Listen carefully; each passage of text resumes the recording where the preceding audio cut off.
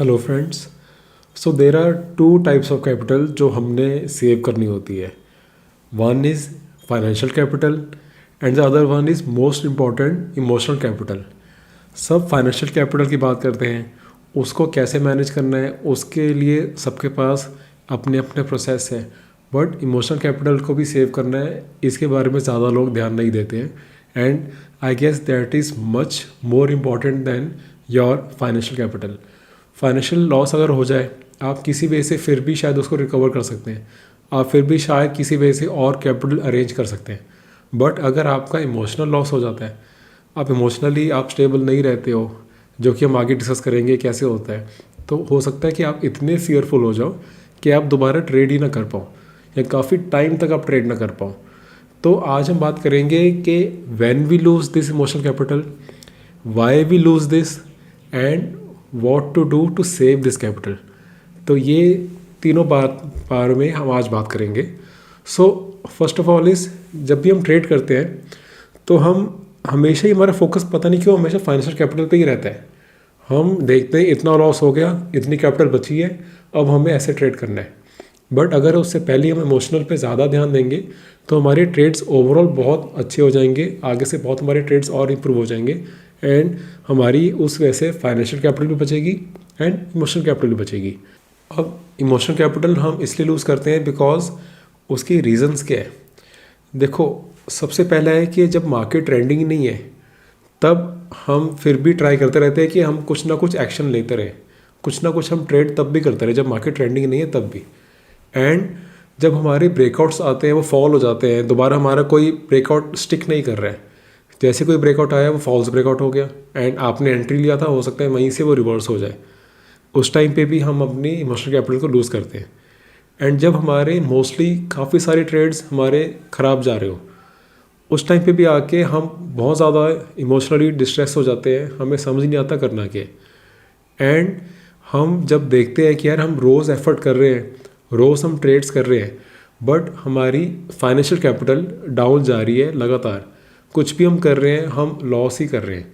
अगर एक दो दिन हम थोड़ा सा एक मिनिमम प्रॉफिट कर लेते हैं, हम फोर्थ डे फिफ्थ डे इतना बड़ा लॉस कर लेते हैं कि ओवरऑल नेट में हम पूरे वीक के लिए लॉस में आ जाते हैं। तो इन सब रीजंस के अंदर हम अपनी इमोशनल कैपिटल को है गवाते रहते हैं, इमोशनल कैपिटल अपनी लूज़ करते रहते हैं। अब हम ये लूज़ क्यों करते हैं? हम इमोशनल कैपिटल लूज़ इसलिए करते हैं बिकॉज हम भूल जाते हैं कि मार्केट रैंडम है। We forget that market is a game of probabilities. हम अपने प्रोसेस पे फोकस नहीं करते, हम सारा टाइम बस अपने जो PNL है उसी पे हमारा सारा फोकस रहता है कि यार आज कितना प्रॉफिट हो गया, आज कितना लॉस हो गया। हम प्रोसेस पे फोकस ही नहीं करते, इसलिए हम अपनी इमोशनल कैपिटल को लूज़ करते रहते हैं। अनदर पॉइंट इज़ कि हम बहुत ज़्यादा ओवर एनालिसिस में फंस जाते हैं। हमें लगता है कि कहीं पे कोई होली ग्रेल है, कि वो स्ट्रेटजी हमें एक बारी मिल जाए, जो हो सकता है कि किसी आपको लगता है कि आपके फ्रेंड के पास है या किसी सोशल मीडिया इन्फ्लुएंसर के पास एक ऐसी स्ट्रेटजी है कि जिसके बाद कभी भी लॉस ही नहीं होगा। एंड आप उस चक्कर में एनालिसिस करते रहते हो, या फिर हो सकता है आप उस चक्कर में बहुत सारे इंडिकेटर्स ट्राई कर रहे हो, या फिर आपने अपने चार्ट पे बहुत सारे इंडिकेटर्स अप्लाई कर दिए कि आपको चाहिए कि यार कुछ ना कुछ तो वर्क करे अच्छे से।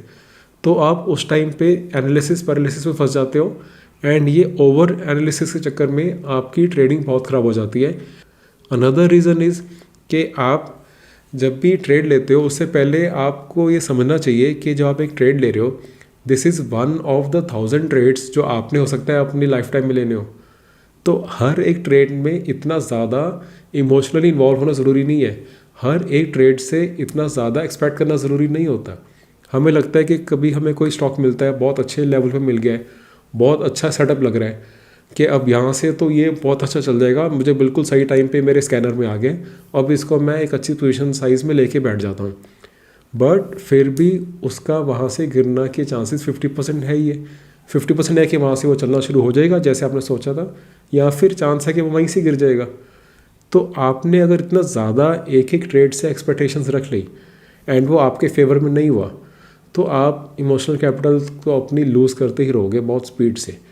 तो ये एक और पॉइंट है कि आपको जो है अपना प्रोसेस पे फोकस करना चाहिए, नॉट ऑन द सिस्टम।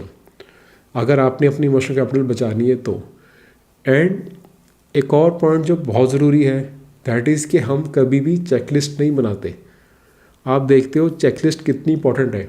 कोई भी ज़रूरी काम है वर्ल्ड के, जैसे कि अगर आप एक फ़्लाइट आप फ्लाई कर रहे हो, एयरप्लेन फ्लाई कर रहे हो, तो वहाँ पे भी आप देखते हो पायलट्स चाहे जितने मर्जी एक्सपीरियंसड हो, उसके बाद भी एक प्रॉपर चेकलिस्ट है जो फॉलो करते हैं।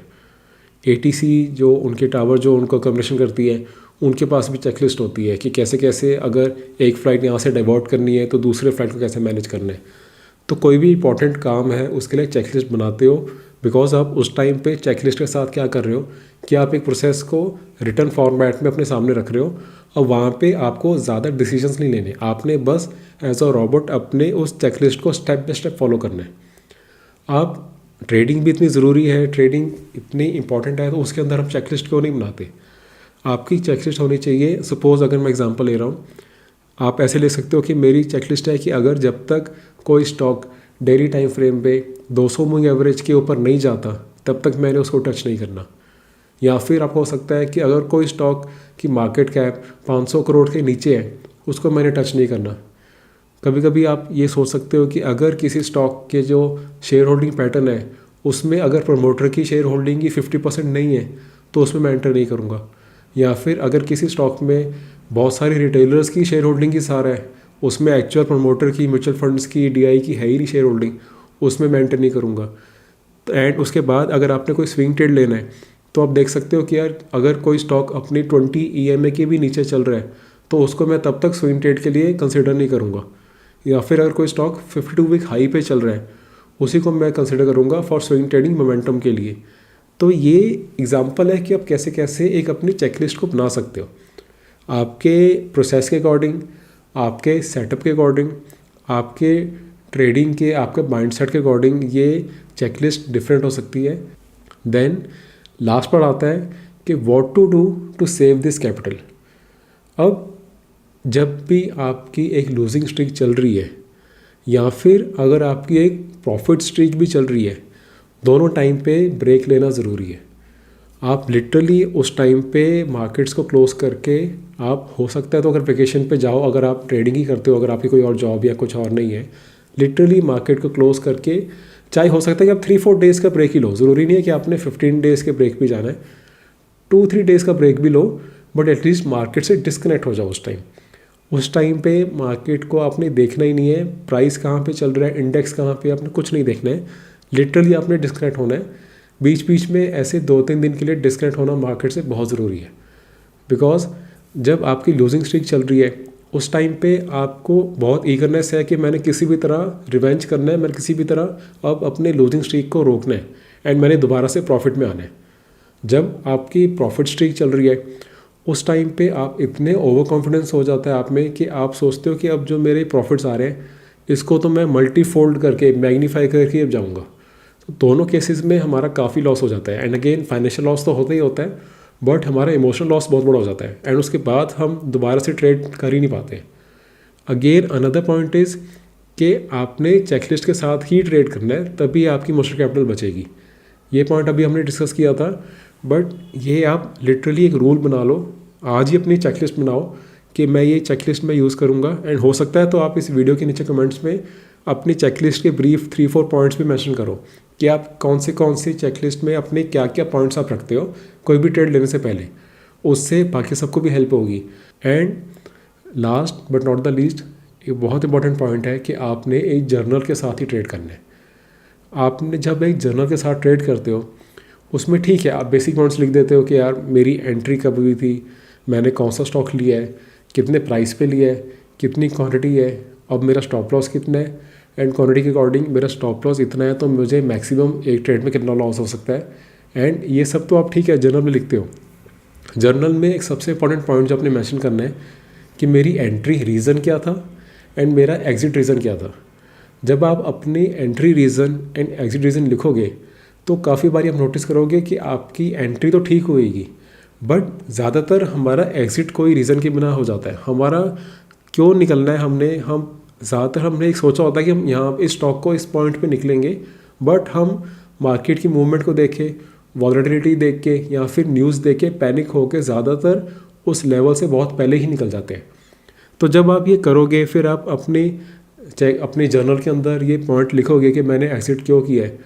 आप जब 2-3 बार ये लिखोगे कि यार मैंने एग्ज़िट करा है बट कोई रीज़न ही नहीं था, तो जब आपने अगली बारी दोबारा ट्रेड से एग्ज़िट करने लगे होगे विदाउट एनी रीज़न, वो करते टाइम या आपको सबकॉन्शियसली आपको हिट करेगा कि यार नहीं, मैंने एग्ज़िट तो मैं करने लगा हूँ, पर लिटरली फिर जब मैं इवनिंग में अपने जर्नल में मेंशन करूँगा कि मेरा एग्ज़िट का रीज़न क्या था, तो एक्चुअल में रीज़न तो कोई है ही नहीं है।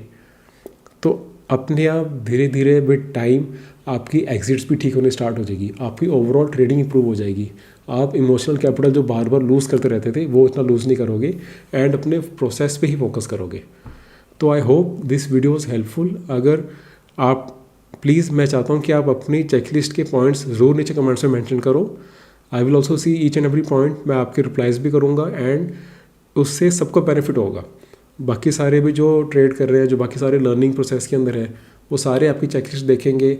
हो सकता है कि उनकी चेकलिस्ट आपके लिए बेनिफिशियल हो या किसी और की चेकलिस्ट में आप कोई बहुत अच्छे 2-3 पॉइंट्स ले सकते हो, उसको फिर आप ट्राई आउट करोगे।